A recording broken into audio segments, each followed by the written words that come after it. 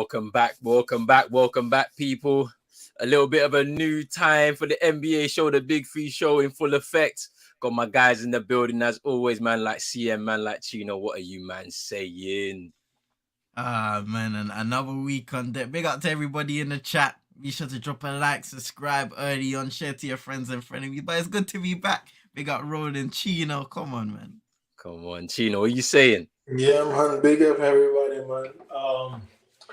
Yeah, good to be back. Shout out to the chat, like CM say. Just drop a like, subscribe. And yeah, Yeah, let's man. get the show going, bro. Yo, big man thing though. Why you man beat the Nets like that? Hey, Yo, yes, yeah. I was there hold on. yesterday. I know we're gonna get into topics, but we gotta start it off Hey, topic.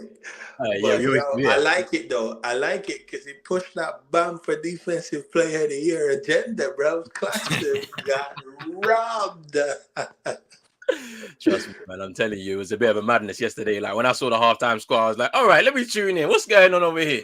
And when I seen it, I was like, all right, well, yeah, we was cooking them, man. It was crazy. I even saw what's that guy's name, bro? My man, what's his name, fam? I seen a video, yeah. You weren't even looking at the play, fam, or like where the play was, and then Derek White inbounded the ball behind his back, yeah, and then there was a corner free. I was like, nah, you crazy, bro. What is Yeah. going on over here? What is going on with it? But yo, people, just like these man said, yeah, make sure that if you're in here, make sure you hit the like on the video, subscribe to the channel if you're new, hit the notification bell, all of that good stuff right there. If you're on the video and you're on YouTube right now on your phone or on your desktop, your laptop, whatever it is, yeah, click the two links, right, to hit the subscribe for CM and Chino, bro. Chino ain't got his stuff ready just yet, but still, we need to run up them subscribers for him and make sure you hit the subscribe button on CM's channel as well on YouTube, because I feel like he's either close to 300 or has passed 300, but still run it up in it. CM, what is it? Is you close or you passed it now? Just one away. Just one away. So if you haven't subscribed to CM's channel just yet, make sure you hit the subscribe. He's one away from 300. Let's go do this. Yes, people go subscribe, man. My brother got sick content. And yo, let me shout out to CM, man, because you man don't understand. When we first met, this guy got me, bro. Because the work he put in to copy and bro, if you know the secret, you know. But the work that goes into United Twins, man, shout out to you, bro. It's Hats a off. madness. And Thank you, go bro. subscribe, man, people. Good content, man. Good content. Come on. All right. I mean, to kick this off, we're gonna have a look at the standings. You already know what we do. We look at the standings and let's see what the conferences are saying right now. Obviously, Eastern Conference, you know what I'm saying, still top, you know what I mean? 2 wins in a row after those defeats that we had in that little 4-game stretch. Well, we top. Obviously, the Milwaukee Bucks in second there. Philly still maintaining their third position, you know what I'm saying? They've been on a rise. Obviously, they went on a nice long run of like 7 games of winning, lost a game, they've come back again. Obviously, the Nets are now falling, and maybe they're settling into a particular position because obviously, KD's out injured, so there's a little bit less going on over there. But Chino, don't run away, bruv. Chino, you man have jumped into the 6th position now, bruv. Let me hear what you're saying, fam. We've been in, bro. Bam been carrying, bro. Bro, Jared Allen, bro. They're talking about Jared Allen got cooked. He got cooked. I seen it. I seen Bam. Bam put him on the poster. Listen, I don't mind. Like, I think there's them things when someone, when you're on a rookie contract and you've been like, yeah, I'm still a young rookie, blah blah blah. But when you get on that max money and like you look at social media and you see people calling, you're like, bro, you're not on rookie contract no more. Like, you're on max money. Like, you're a max player. Like, use your potential. The team needs you this year. Like, the team been trash. And I think Bam is realizing that, and he's just saying, F it. Like, just give me the ball. And he just get into his spot. Like, the one thing I would say about Bam that I want to see him do more, that I know he can do, when Giannis grabbed that board, the same one he did to Jared Allen, where he grabbed the board and went all the way down and just dunked on him. I need to see that more because he can. There's not a lot of bigs who's going to stop him, jump with him. Like, you can't jump with him unless you're going to foul him, like absolute clothesline him out the air on a coast to coast. So that's the one part of his game I need to see him put more. And then obviously over time, the 3 point is going to come. We're just waiting for that. But this season, though, I got to say the mid range from the middle right there in the key, bro, it's been lights out, bro. Mm. And he have the highest percentage around the rim in the NBA. But yeah, we're cooking, bro. We're slowly cooking, and we about to cook those bums under us tonight, bro. Yeah, they play the Knicks tonight. Should be very interesting. CM, what's standing out for you here in the Eastern Conference, bro? Man, we just spoke about Miami jumping up again. Obviously, I think Philly, like we said before, going under the radar, they're doing their thing. The Bucks, they had a little slow start to the season, but you can see they're slowly climbing as well. Few people as well. The New York Knicks recently, even though they're on a 2-game winning streak, they've been doing some things. Julius Randle picking it up this season. RJ Barrett having a good year as well. So, something to watch over there too. The Wizards, they're in those playing spots right now. It's a sticky one still for them because they're kind of in a position where even with Bradley Beal, it's like a lot of people are saying you might as well just like rip it up now, trade him and reset. But even when you look at the draft picks that they've had throughout the last few years, there hasn't really been a lot of good choices. So even when you go there, if you get that draft, like that favorable position in the draft, are you gonna pick the right person? Mm. That's the thing you gotta ask the question. But I think they have to be in a position now. Look, you're nowhere near contending. Yeah, you could get into the playoffs through the play-in if it continues this way, but still, well, it matters what your ambitions are. And Mm. with Bradley Beal, they're paying him a whole load of money, but it's not improving their standing positioning. So they got guys like Kuzma, etc. They traded away Hachimura, got Kendrick Nunn and other stuff as well. So it looks like maybe they're trying to trend in that position. Yeah. Yeah. Once again, the Toronto Raptors have been a surprising team for me this season because Yeah. I feel that they're a lot better than the 12th position, but a lot of things haven't worked. I think Fred Van Vliet's not having a good year by his standards. A lot of other things. People kind of expected Scotty Barnes to make a jump that he hasn't made. I don't think it's bad by any means because, people develop at different speeds, but just different stuff like that. And then rumors of OG getting traded away, for Yeah. example. That's an interesting one there. Yeah, I think for me, the Hornets as well, like the way they've kind of dropped off this season is kind of crazy as well. I mean, obviously they last season they didn't make the playoffs or anything like that, but the way where they find themselves at right now is kind of surprising to me. I can't lie to you. I mean, I don't know if it's got more to do with injuries or I mean, there's been a couple of omissions in their squad as well. But yeah, I think it's both. I think the woman beater is a big miss, big and miss, yeah. also what's his name? Lamelo can't stay fit, man. He's Yeah. just like his brother, like Yeah, can't stay fit. that's another thing. You just mentioned Lonzo right there, and they said that he's still feeling pain in his knee. So like it's Mm. like kind of up in the air right now as to when he's actually gonna return, and it's looking a bit shaky right now. Like, what's your guys' thoughts on that before we move on to the Western Conference? It's a shame, bro. Because just when you're seeing his career go in an upward trajectory and then all of a sudden he's getting these injury issues, it's just really sad to see, man. And hopefully he overcomes it. Mm. Gino, what's your thoughts on Lonzo, man? Like, what do you think is gonna happen in terms of that situation? Yeah, I don't know, man, because like you're saying, the doctors are saying they don't know. Like if the doctors outside and inside the organization are saying they can see where the pain is coming from in his knee, obviously something seriously going on in there. So, Mm. um, yeah, it's gonna be interesting to see, honestly.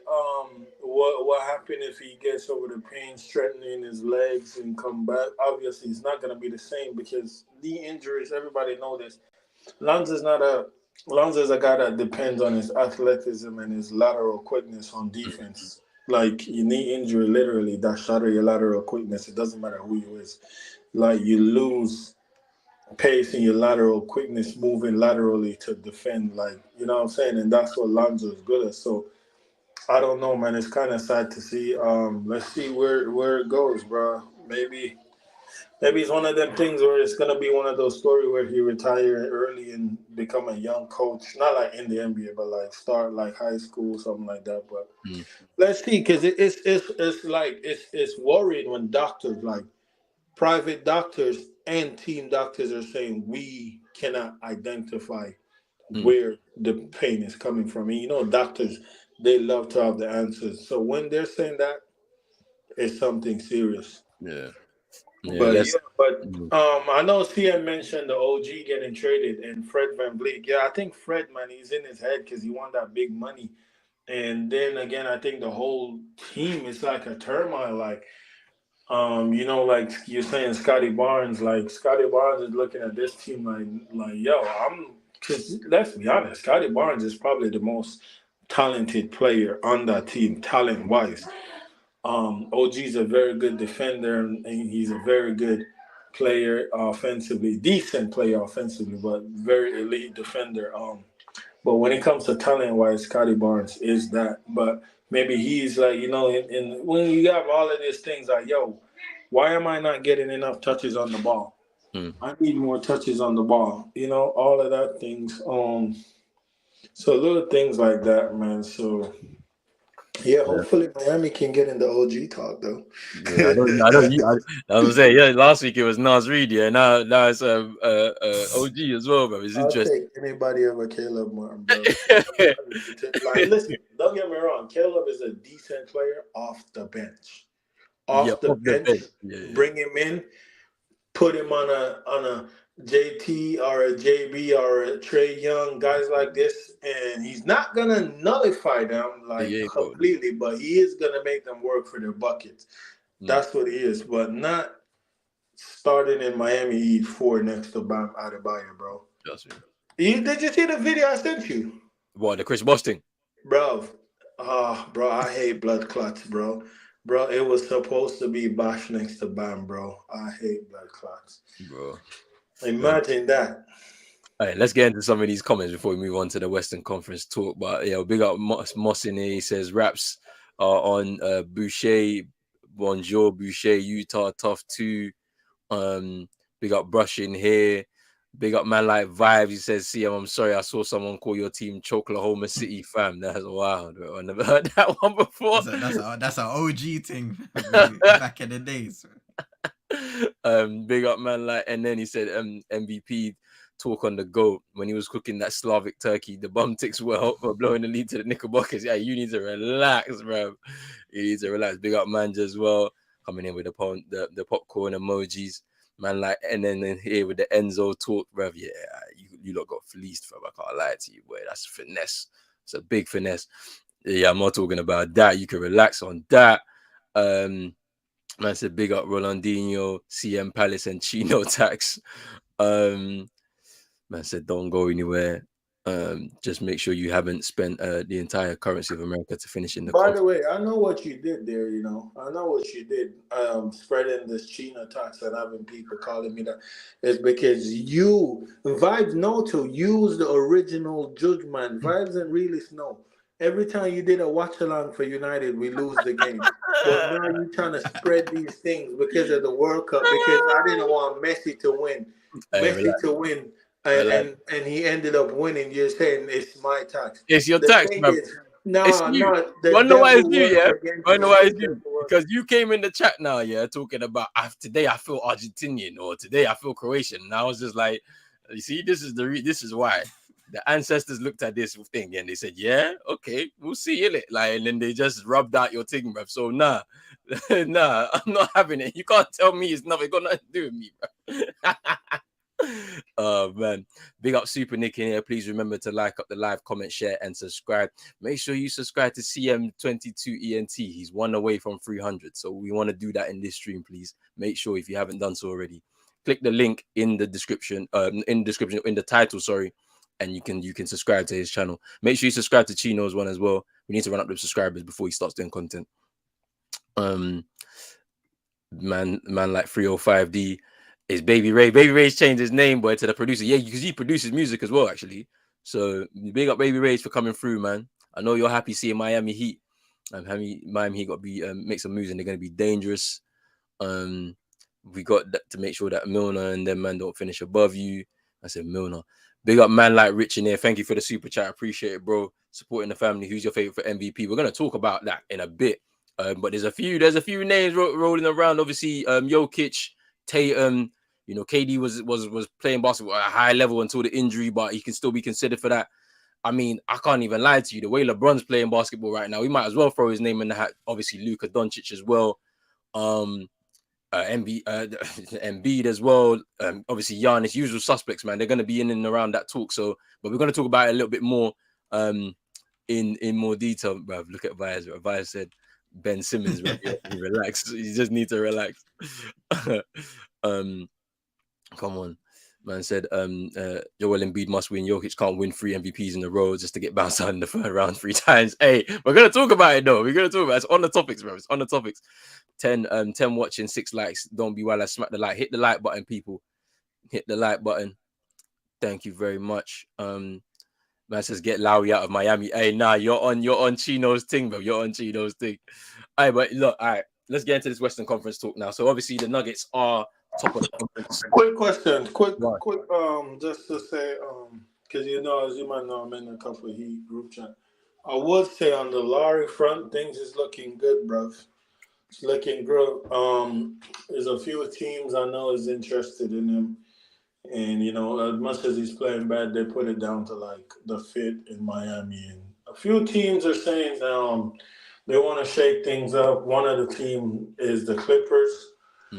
The Clippers, and then there's what's his name? Oh my God, Minnesota.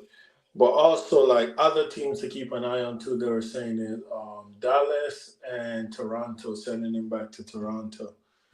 But yeah, we'll just keep an eye on that one. Though I think he's gone by deadline day though.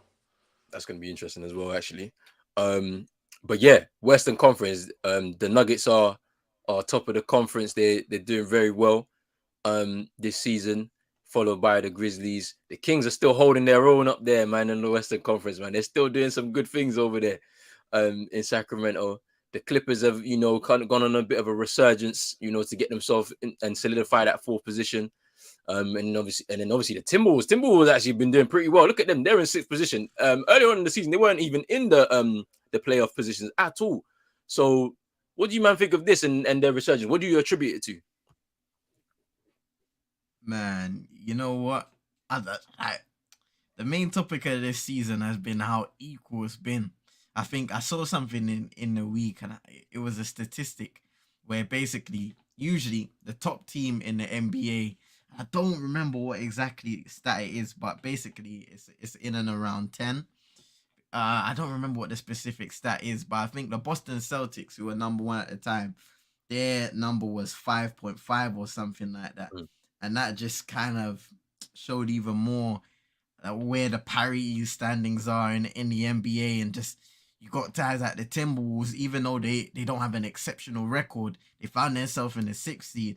It's so competitive. Even the 10th seed New Orleans Pelicans right now, who we'll speak about in a bit, they could make their way back up there with a few wins and other teams dropping points here and there. So, man, the Western Conference is crazy. The NBA as a whole right now, you can't even see somebody like, when you look at the playoff hunt, people making a finals, you can't even predict who you think's gonna get there, and that's what makes it so great.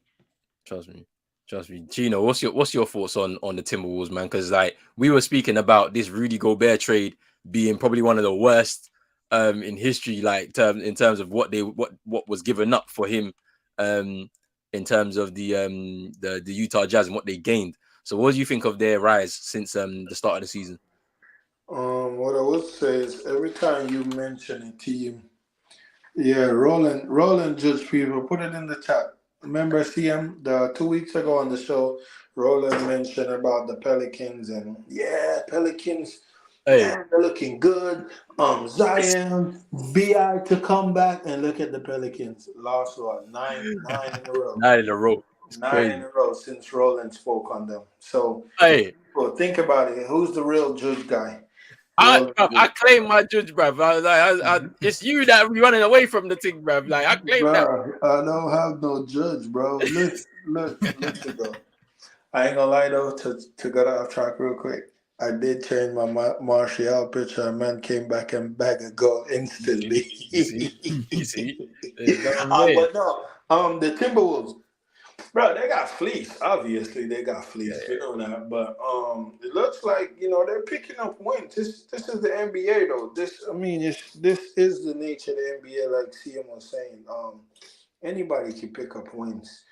Anybody can pick up wins, get in a playoff spot, and good teams like the Raptors. Like the Raptors is not a bad team. It's just not clicking at the moment. So when things are not clicking, and things are clicking for other people. It's gonna look like this. The standings is gonna look like this. Shout out to Anthony Edwards, man. He just literally just played the Barbs. The Barbs people, those are what they call Nicki Minaj fans. But yeah, Anthony Edwards just played them. He about to be an All-Star next year. Man said, I listen to Nicki Minaj every day before the game. What the Barbs said? What we voting for him next year? For Next year, yeah, I seen that as well. That is hilarious. I can't lie. Played them. Smart guy. But now he do need to take his health serious now. I know Cat was chatting about the Popeyes thing, and I was like, Cat, shut up. But bro, man said he eat 3 hot fries per day, bro. Hey, fam. Bro, 3 hot.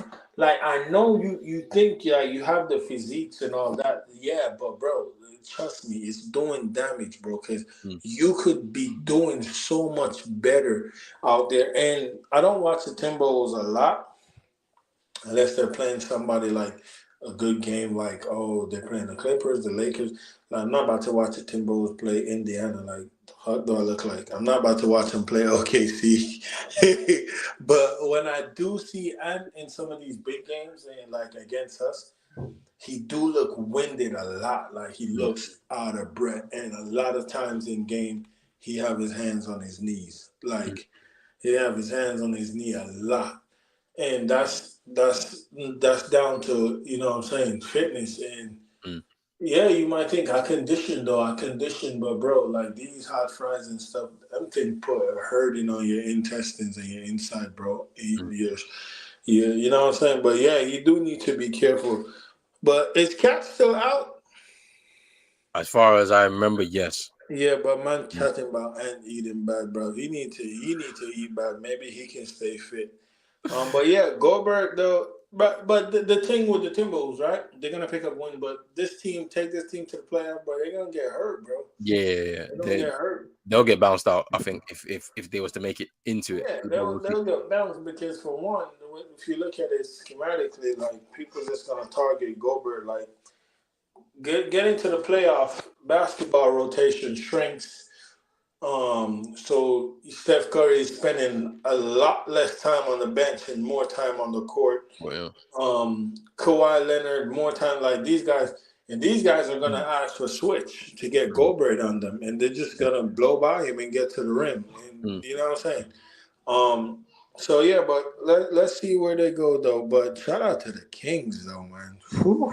Kings are doing madness, Kings bro. Cooking Like the beam. Trust me, bro. They're moving mad, bro. But then also, the Suns. Now, I seen some rumors, about them potentially, like, blowing up their squad ahead of this trade deadline. CP3 to Miami. Because look, Chino wants everybody back at Miami, bro. That's hilarious. No. That's real rumor. Like, is that a real rumor? Yeah, real rumor. Like Kyle Lowry is going to another team because they don't want him. They don't want him. CP3 to Miami. I heard rumors of DeAndre Ayton going to Dallas to link up with Luka. Or Ayton to Toronto. Watch that one too. Toronto, and there could be some situation going on with that. It's pretty interesting. But what do you guys make of the decision potentially to blow up their roster right now in the middle of the season? Like, do you reckon it's gonna be good for them, or will it have the negative effect?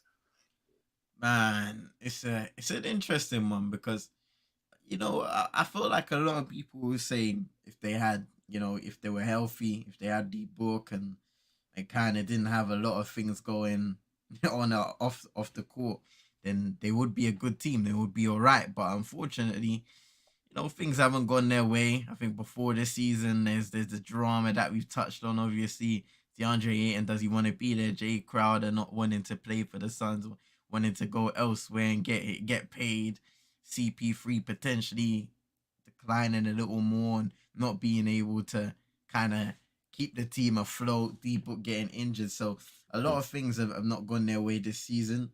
Injuries and other just drama stuff off the court. But man, that's a tough one. It's a tough one because you look at a few seasons ago, they were in the NBA Finals against the Bucks. Yeah. But since then, they had a 60-win season.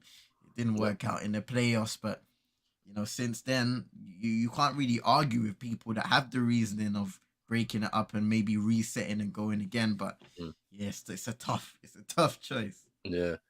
I mean, hey, we're gonna kick off the show properly, man. We know we spent a bit of time going off track, but we're gonna get back on track. So we'll start off with the first topic. Obviously, the Celtics played the Lakers on Saturday night.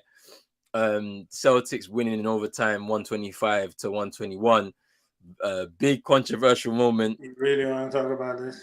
We're gonna talk about it. We have to. Absolutely disgusting by the NBA and the Celtics. Disgusting. So LeBron going up for the game-winning layup, and then the tap on the hand by Jason Tatum. No challenges left for the Lakers, so they couldn't do nothing about it. It was a clear foul. Even me, it's a foul, and LeBron doesn't get the call. Goes absolutely crazy. And I've never seen LeBron do this before. And then Pat Bev comes out with the camera and shows it to the referee's face.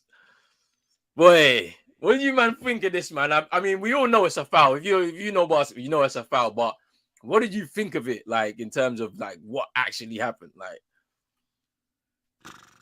it's a shame what happened there because it was such a good game.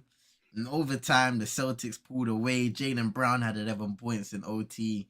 He did his thing, but yeah, that was a shame because LeBron gets that layup. They basically win the game, and they spoke about even before because obviously they come out with the report, the NBA referees after, and the Lakers have even come out and said there've been other occasions, and I'm sure this is the case for other NBA teams as well because so many bad decisions happen on a nightly basis. But just for the Lakers, there's been so many games where maybe like close games where they could have been turned around if it was the right call. And I have in my notes here. yeah. Which one you have? I want you to say, because I'm going to let you continue. But for somebody in the chat, I want you to bring up his MVP one on Russ. Bring up that one, bro, because I know you saw that one. You know what I'm talking about? Yeah. Bring it up for him. Hey, listen, so, all right, cool. So, against the Celtics, obviously, we know about that one. There was this game against Sacramento that they lost, and it was an incorrect non-call on Kendrick Nunn's 3-pointer at the end of the game, which could have tied. There was somebody contesting that shot, and they didn't call the foul. He was fouled in that one. So he should have got the extra free throw for the 4-point play. Against the 76ers. Now, they actually ruled this a correct non-call on a potential Embiid foul at Westbrook on the end. Let us know what you think about that one, but that was a little debatable. Westbrook drove to the rim, and then they said Embiid's defense was legal that time. One against the Mavs as well, which they said was a correct non-call. Tim Hardaway Jr. contest on Troy Brown Jr. at the end of the game. And then the Mavs again, which was also an incorrect non-call in overtime. On Christian Wood, he illegally initiated contact with LeBron, where he could have got a game-winning layup. So we're seeing there at least, 3 occasions where the Lakers could have won the game if they got the right call. And that can be the difference, literally, of the Lakers being in the playoffs, comfortably in the playoff spots. They'd be above 0.500 now if that was the case, isn't it? Yeah. So it's like you can understand their frustration in the end of the day, and that's a lot of other NBA teams' frustration as well. But yeah, man, it's a tough loss to take, considering that all of the games that I just called out, they were all close. all close. And the Lakers have had a lot of those games where the decision making at the end or bad calls, whatever you want to like say, has just cost them, shot them in the foot time and time again. But that's tough, man. I'm gonna read the tweet by the official NBA referees account. Yeah, so they said, like everyone else, referees make mistakes. We made one at the end of last night's game, and that is gut wrenching for us. This play will weigh heavily and cause sleepless nights as we strive to be the best referees we can be. This, I don't understand this at all. Like, why would you come out with this kind of statement as to say I can't eat, I can't sleep because you've made this one call, you made this call that's incorrect, when you've made, like, I don't even know, we could go back as far as 2 years and there's so many decisions across the season that would have cost the game to somebody because these referees made the wrong call. Chino, what's your thoughts on this statement that this NBA Twitter account made, bro? Because this is a bit mad to me. What's it, man? Let me read it for you again. Yeah, he says, like everyone else, referees make mistakes. We made one at the end of last night's game, and that is gut wrenching for us. This play will weigh heavy. No, I'm not having that if I'm a Laker fan. Like, this is my biggest rival. And then the referee, the head referee, my wife is a Celtics fan. Yo, I seen that as well. No, I seen this. I screenshotted the picture, right? I don't know if people can see this, bro. I screenshotted this picture, yeah. I don't know if people can see this, but you can see here, yeah, that and his wife and daughter and the child, son there, yeah, in Celtics uniforms, bro. So that's kind of wild to me, yeah, because like now all of a sudden we now see what's going on. I'm like, yo, that's wild, bro. Disgrace. Obviously, he wanted Dookie. He wanted, when he get home. So, yeah, he gonna make the call the next way. Mine wasn't trying to sleep on the couch by himself. He is gonna make the wrong decision. But I do like see him read out all the games. The Lakers, man, they've been getting robbed. A lot of unfortunate things going their way. But it only can happen for so long, though. I think the Lakers can look forward to things looking up for them. Ochi, I can't say his name. Ochimura. Oh, yeah. He looks like one of them ones for the future for them too. AD, I don't know. Was he out? Did they arrest him last night or was he injured again? I don't know. But so what game? Because I remember they were out for Brooklyn. Him and LeBron were sitting out, probably resting. They played the Knicks, didn't they? The Knicks was it last night or the night before? I think it's it's last night or the night before. But yeah, they played the Knicks. Yeah, so I don't know. Well, AD back, things are looking up for them, man. They could go on and do some things. But yeah, those calls very unfortunate, man. It's frustrating for them, obviously. But yeah, they beat the Knicks a few days ago. It was 2 days ago. Yeah. Let me see if AD played. I saw the half court shot. He played in that one. I think he didn't play against Brooklyn. They're trying to arrest him in back-to-backs and stuff like that. Okay. Going and all them things. Yeah, him and LeBron played. LeBron played 43 minutes, bro, the most on the team. I'm actually mind blown. Like, it's good that he's able, his body's allowing him to be able to do this, but at the same time, it's like you're not expecting a 38-year-old to be doing this like on a consistent basis and then expect him to be ready for a playoff run potentially if you get there. Like, it's a bit mind-boggling to me. I'm expecting 25 minutes a night from him on average, but yeah, it's a bit mad. Let me get into these comments and we'll move on to the next topic. Moss saying that the West is so tough. They need the Suns need Booker or not good enough at all. Lots of teams still want the Raptors guards. Man's just having fun at the Lakers. Lakers hold that. LeBron hold that. And then saying that East is the premier conference in the NBA in straight basketball outlook. The West only has the stars and the big names, but the East has the better ball play overall. Man saying it was a glorious decision. Yo, I was like, this is a foul. But I was like, there's no challenges left in it, so they can't do nothing. So they can't even reverse it. It's done in it. Like, and they just go overtime, and then let's see if we can win the game. But and yeah, see, I'm saying that I remember seeing articles back from 2010 speaking about referees. His peak has been going on for 13 years. It's all mad. It's all mad. But let's move on to this next comment. Next topic. Kawhi Leonard is averaging 21.8 points per game, 6.1 rebounds per game, and 4 assists per game. The question I wanted to ask to you guys is Kawhi back to his best or getting back to his best from what you've been seeing of him? Definitely, bro. You know, it's always tough when you come off a major injury.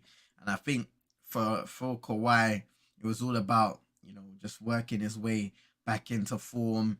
He came off the bench a little bit sometimes, and now he's in a position where he can play at an elite level again.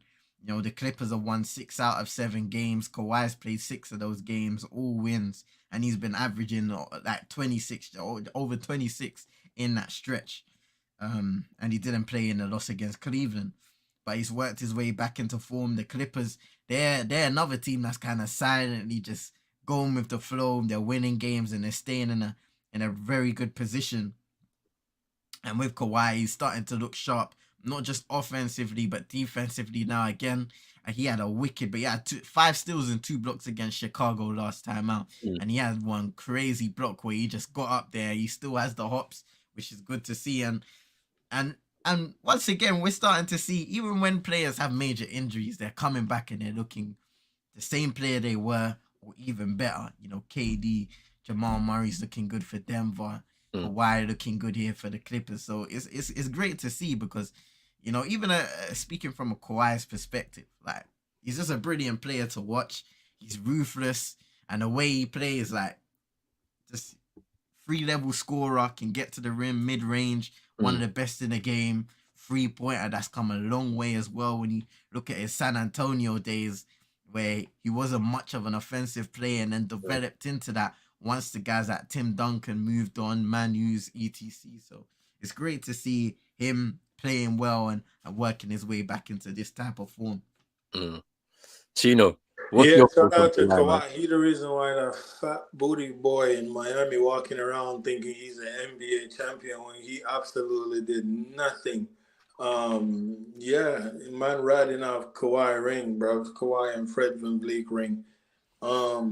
Put some respect on Kyle Lowry, fam. He was there hitting clutch shots too, fam. I put no respect on him. He stinks. But yeah, Kawhi is one of them ones, man. I like Kawhi from he was in the Spurs. Obviously, you know, situations like this happen with players and organization where you both lose trust in each other when it comes to your body, and because it's like, bro, like, our team doctors is saying you're okay, but you're saying your private doctors are saying you're not okay. And I think that's just what happened with Kawhi and the Spurs, you know. And he moved on. But, you know, I think if he was still at the Spurs, they would have got him and Murray, and they would have got some better talent around him. And I think he would have probably gave the Warriors a run for their money out west, because the Spurs would obviously attract better players with Kawhi. And yeah, I think they would have gave the Warriors a run for their money. But yeah, I like what he's doing though now. I like what he's doing. He's getting back to himself, you know, him and PG. Yep. Let's see. I hear they're looking to shake some things up too, the Clippers. Yeah. Not really big things, but they're just looking to get guys like Morris, you know what I'm saying, to get a point guard, move on Morris to get a point guard in the game, like a Larry. Larry would be good.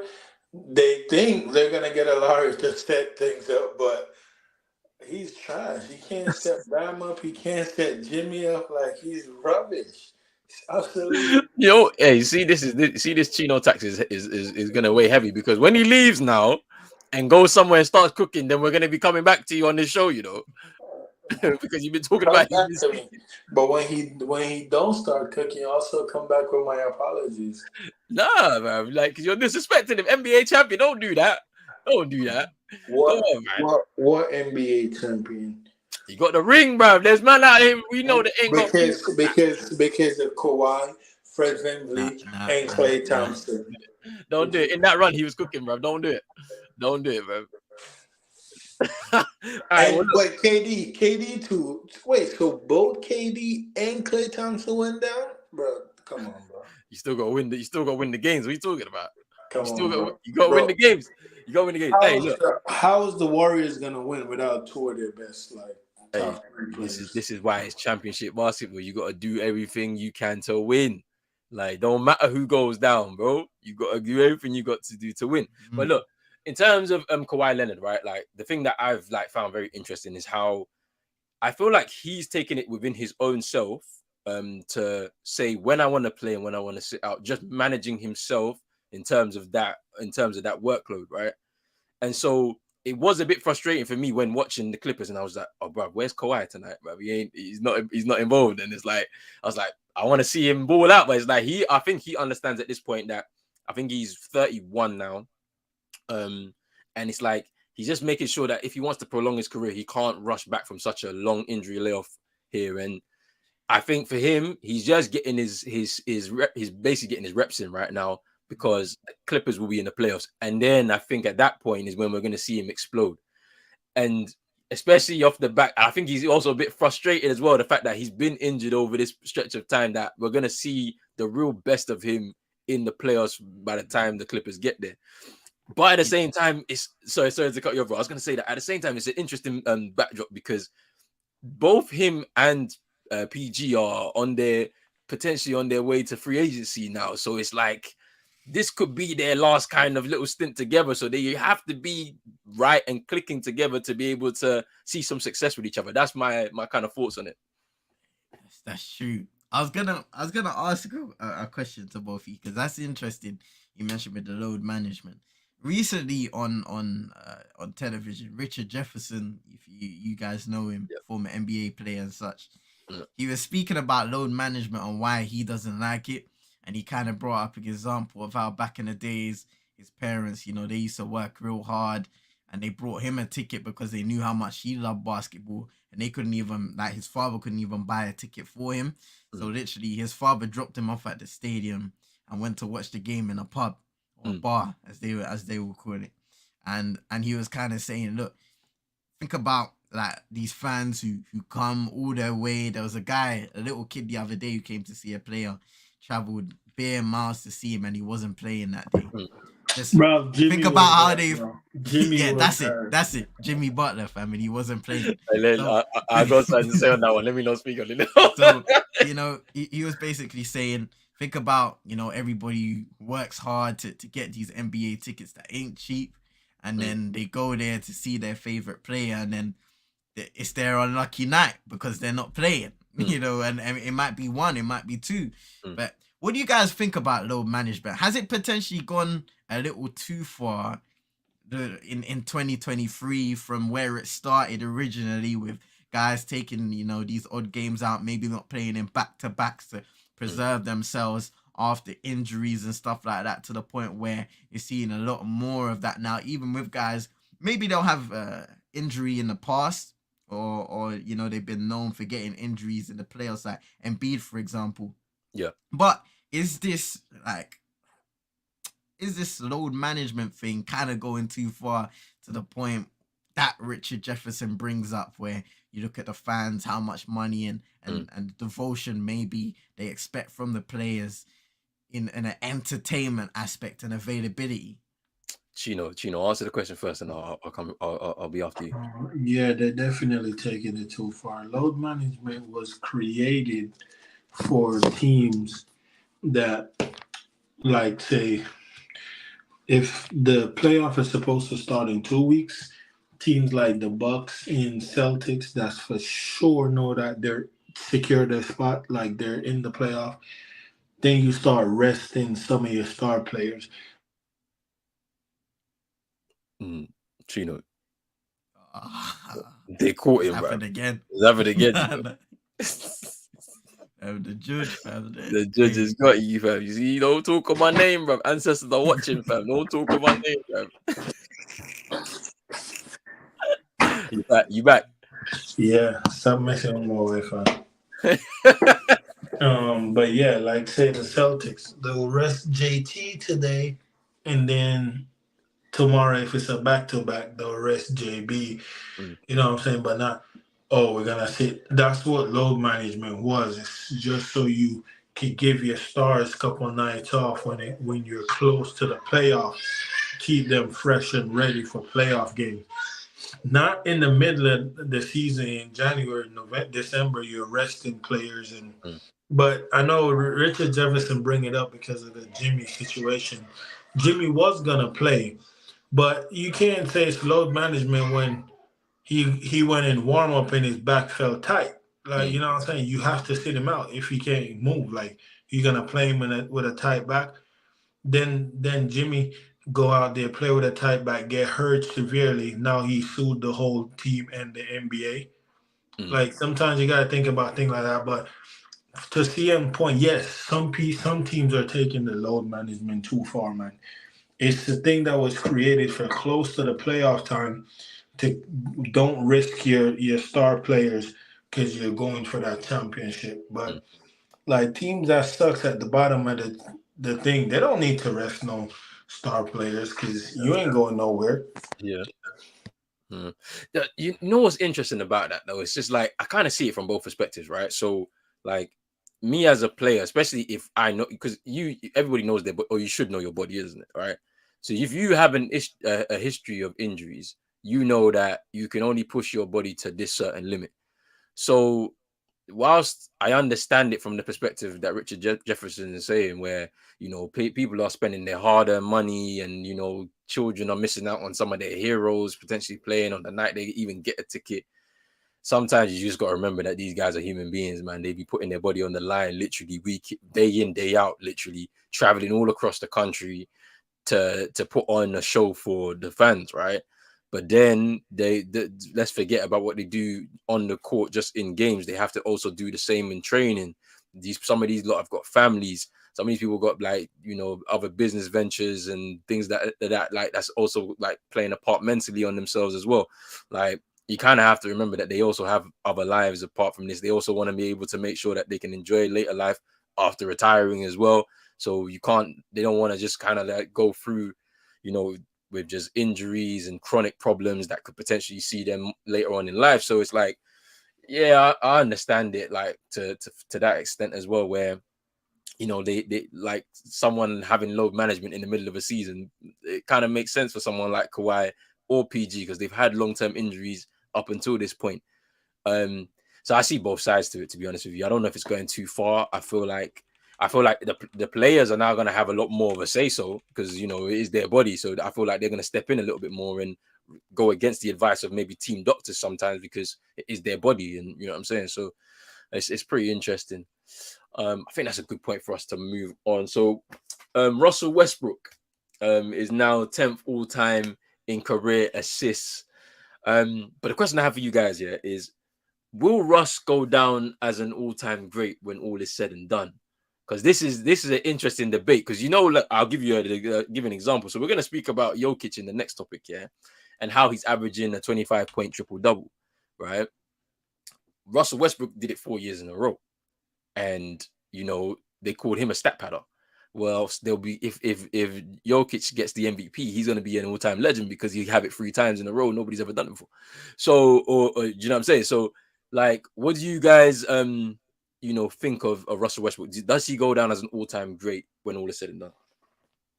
For me, man, Russell Westbrook is already an all-time great, and I know that's coming from me as an OKC fan. This is the guy that got me into watching basketball just because of the way he played on the court, his dedication, his ferociousness, just wanting to compete every single night, his availability every single night on the basketball court. Like he's like, I know just because of like politics and what goes on social media, a lot of the time he gets ridiculed, especially in the last few years. He's moved around. He's been in Houston, Washington, now LA, and then certain things haven't worked out. Some things have worked out. Like in Houston, he had a kind of a rough start, and then the last part of the season when they committed to small ball, it worked out. Washington, slow start to the season. And then in the second half, he picked it up again and was one of their, if not maybe possibly their best player that season. Came to LA, had a rough first year, even this season, rough start. He commits to being that sixth man off the bench. And again, he's playing well. There's some games where it's a little off at times, but still, you're going to get those games at times with Westbrook, and especially in the scenario that LA are in with the roster not still being fine-tuned perfectly for everybody. But in terms of the player, just what he's done in his career, like you said, averaging triple-double multiple seasons. He's an MVP. We all remember that story when KD left, the chip on his shoulder, him being able to carry that OKC team to the playoffs. And then, you know, a lot of people don't really look back at the PG and years fondly because they expected more out of them. But still, the sacrifice he made for PG to become that MVP level guy, which, you know, he was on that trajectory before he got that major injury in Indiana. Like, Westbrook's done a lot of things in his career that are extremely underrated. And unfortunately, the way people look at things nowadays is if you haven't won a championship, then, you know, you're most likely going to be forgotten. But I think this guy in particular, in the era of the 2010s, 2020s now, but mostly the 2010s, one of the most dominant players in the league, Russell Westbrook. And especially when he ascended on that MVP level, just the play that he was able to do, the sacrifices that he made for his body, for his teammates, it can't go understated. Multiple time All-Star, 75th anniversary team. Like, you can't question him. 2-time All-Star MVP. He is the ultimate competitor of this generation basketball players. And I guarantee you, people that are drafted in the future will be talking about Russell Westbrook and saying, hey, this is a guy who motivated me because he had the right mentality. He may have not won it all up to this point, but the mentality that he carries himself with, especially in those prime years, it's something that's just inspirational to a lot of people. And if you look away from all of the comments and the fun, sometimes it's a jokey thing, but other stuff he's brought up as being a lot more serious than other people, and outsiders may look at, like, people calling him Westbrook, for example. You know, it's his family name and he wears it with pride, especially with his kids. So yeah, I think a lot of respect needs to be put on his name in that regard. Yeah, man. I totally agree with everything you said. Chino, what's your thoughts on Russ, man? All I time am great. about to run to the store, but I 100% agree with everything CM said. And what I will wrap it up with, though, it's recency bias Yeah. when it comes to Russ. Russ is an all-time great in my book. Listen, I love Russ. Obviously, the memes are funny because you want to have a laugh, but Russ is that guy. Like, everything CM said, I double down on. Everything is he's that guy, man. Competitor. He gives 100% every night. He doesn't care. Like, you know what I'm saying? People call him a stat padder when he was doing it, but it's still hard to stat pad because you still gotta jump over somebody to grab the rebound. You're still passing to get an assist, and you still gotta score. So it's what it is. But I gotta run. Sorry, people. I gotta cut it short. Big up to everybody, man. Yo, big up Chino, man. You know, Yeah, Chino. We're gonna see him. We're gonna see him again soon next week, bruv. When we run this show again. But yeah, I mean, look, CM summed it up perfectly because this is his favorite player, so it was only right for him to give us the kind of rundown on Russell Westbrook. I mean, it's kind of a shame of how social media can really take a clip and turn it into something else. When around the league, he's got the respect of all of his peers. Like, I saw a little clip before the game in Brooklyn where Kyrie sees Russell on the court, and he's on there early before everyone else is on the court, just getting his reps in and just getting some shots off.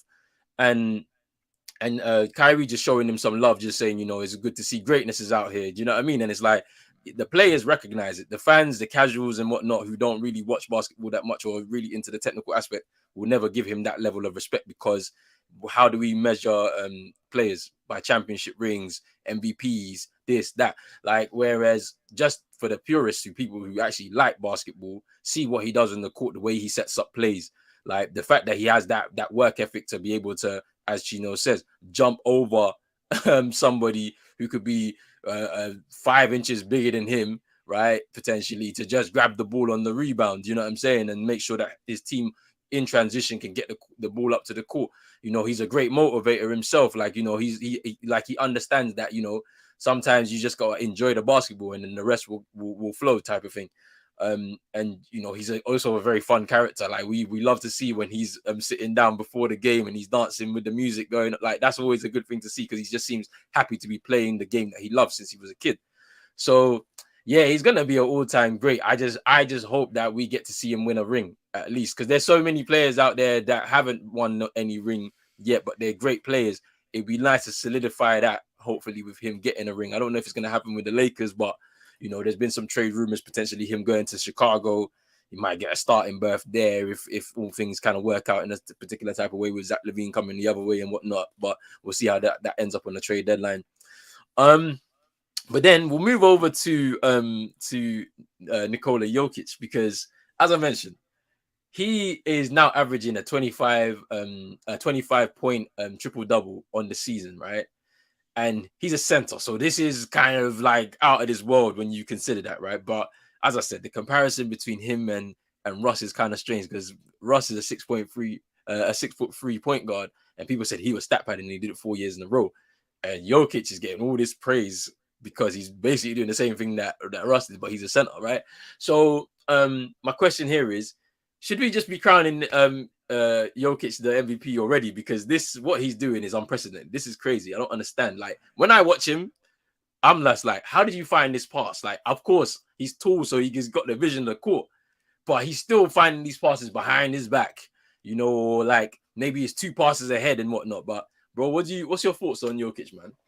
Yeah, you know what, with Jokic and you know, you spoke about, I think with Westbrook, a lot of people just got used to it and they got bored of it. He made triple doubles the norm almost, and he paved the way for guys like Jokic and stuff like that. Not to be arrogant or anything, but you know what Jokic is doing is crazy. He could potentially, and there's still a lot of this season to go, but he become the first non-guard to average a triple double in a season. The only 2 guys to do that before, Russell Westbrook and Oscar Robertson.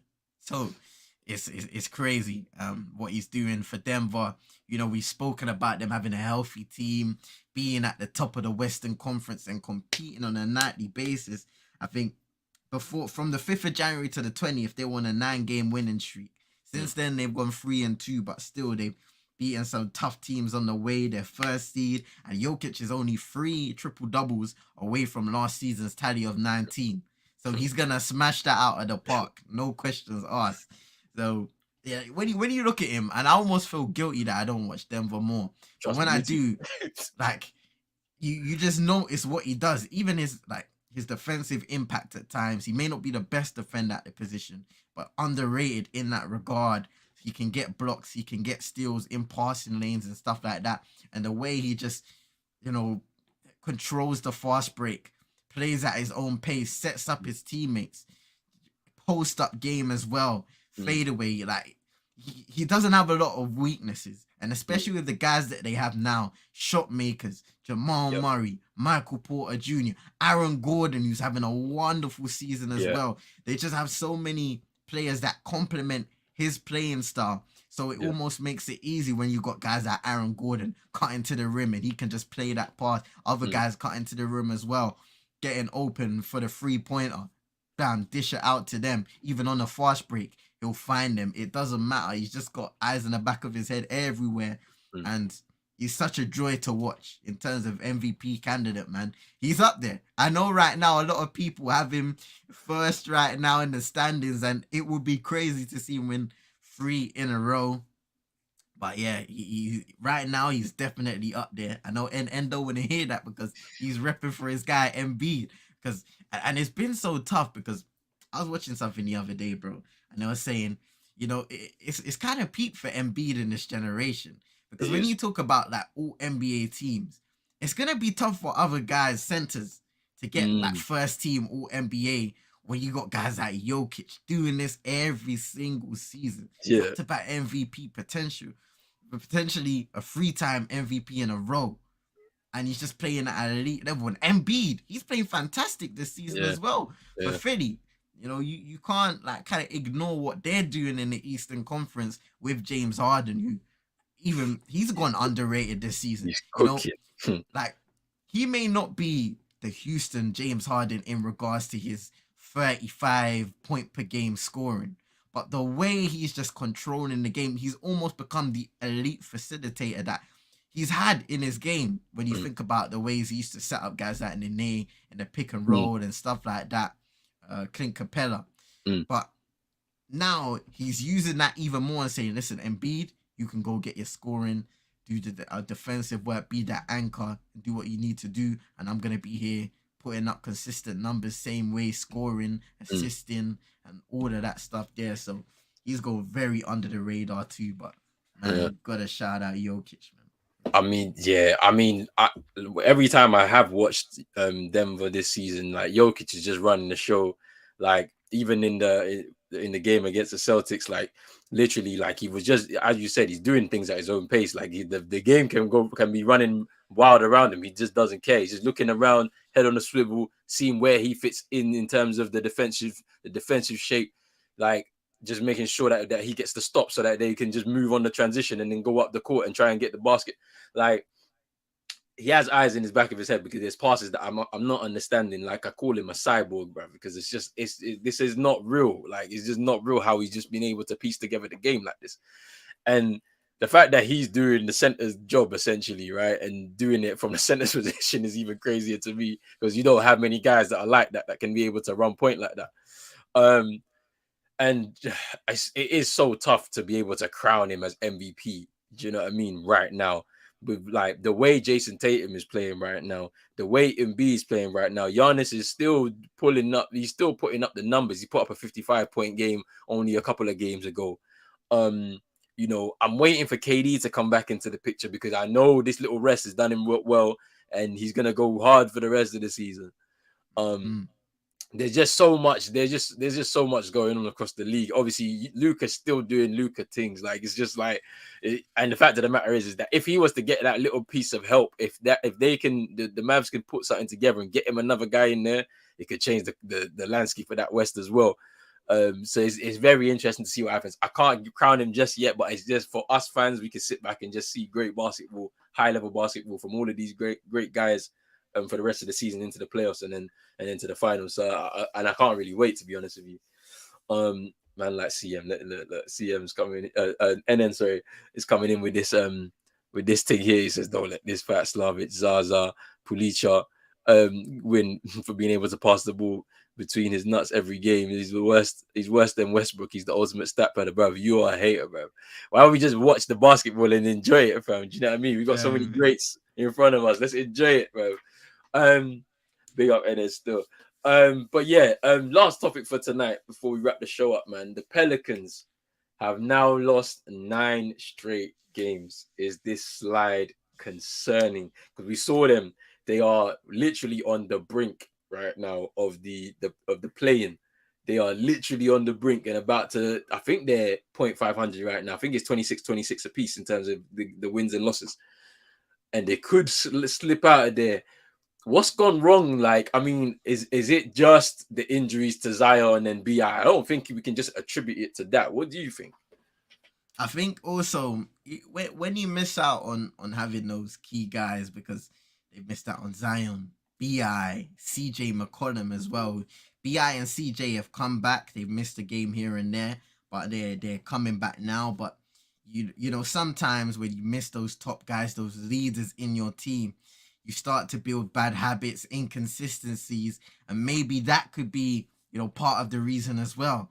It'll be interesting to see some of Willie Green's kind of press conferences after the game to see how he assesses it and speaks about the team culture as a whole, because maybe at times not having a guy like CJ to hold them accountable on the court or direct traffic or kind of just, orchestrate the offense, it hurts. And then obviously you have your stars in BI and Zion, who are your main scorers in the end of the day.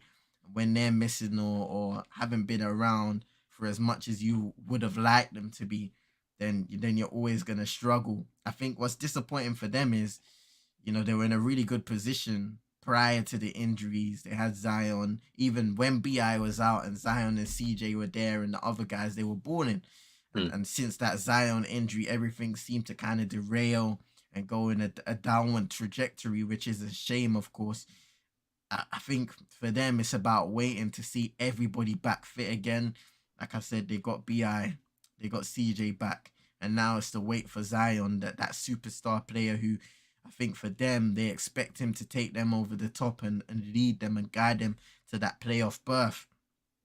But yeah, for them, I think, building a bit of consistency they need to. And even in this run, they've gone up against Denver twice, Miami twice, Cleveland, Milwaukee. So it hasn't been the easiest stretch of games for them to go up against, Denver first seed, Miami. They're in a good run of form as of late.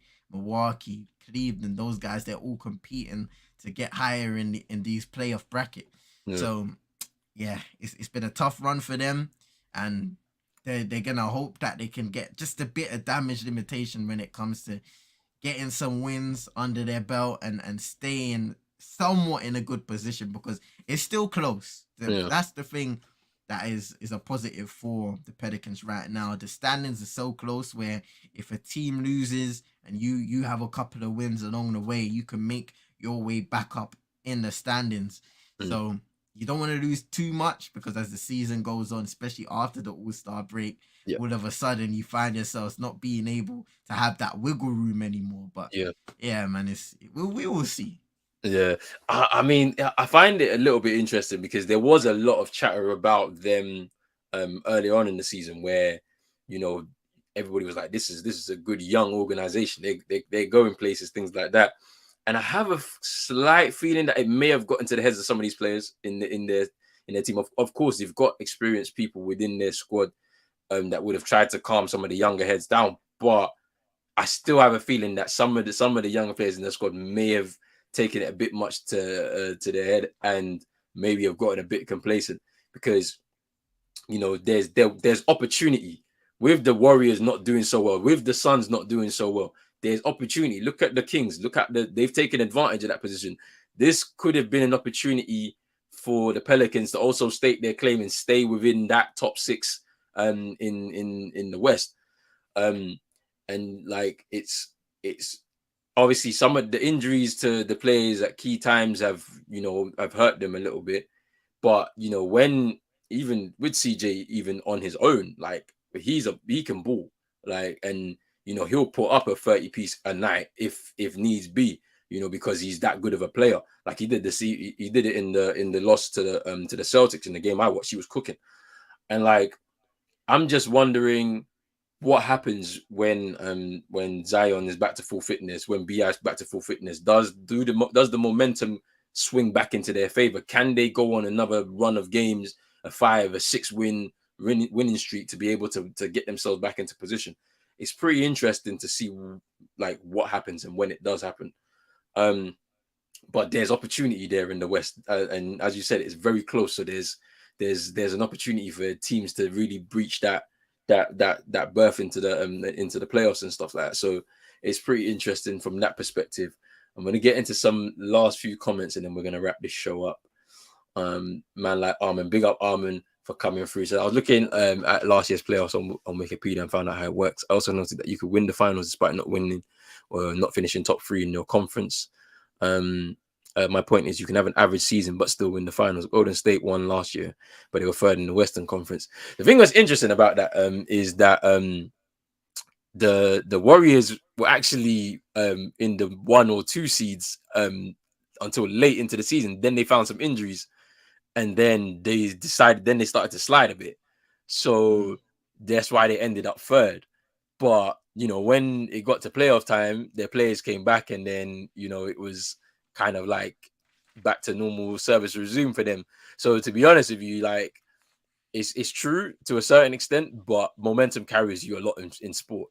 If you're winning games, then you're generally going to continue to win games, and it's going to take a lot to stop you. So it's pretty interesting. But yeah, you're right. It could work out like that depending on your seeding in the final standings and who you play in the in the playoffs first rounds, and then how it goes into the second and whatnot. But yeah, it's and then into the conference finals. But yeah, it's pretty interesting from that perspective. Man like Moss saying, Benedict Mathurin saying another Canadian superstar delivered to the NBA. Are you guys doing the Pacers versus the Lakers? No, I'm not doing anything. I don't know if CM's doing anything this week in regards to that. But yeah, I think we're gonna wrap it up right here. I mean, I appreciate everybody for coming through, showing support, showing love, giving us the comments and all of that. We appreciate it, man. We're gonna keep this thing running. Obviously, All-Star Weekend coming up very soon, so make sure you stay tuned. All the men are gonna be here. We're gonna be just giving the rundown on some of these very interesting kind of events going on All-Star Weekend, as well as the All-Star game. We're covering that too, so make sure you stay tuned for that. I want to say big up to man like CM. People, make sure you hit that subscribe button right now. He's very close to 300 subs, but CM, let people know where they can find you, bro. Hey, big up to everybody in the chat. Roland Chino as well, who was here earlier. You know, he's going to be back next week. You can find me at CM22ENT on YouTube, Twitch, CM22 on my second channel.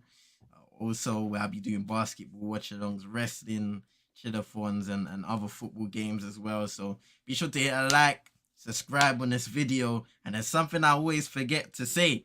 Click the notification bell, people, because if you don't do that, YouTube be fumbling it for us content creators sometimes.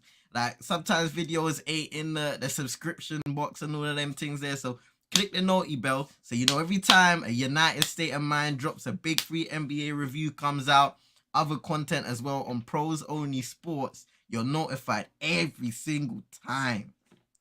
Come on, man. Do what CM says right there. Also, man, big up Chino as well for being in here from early. You know, he's getting on with his rounds for the day. You know what I'm saying?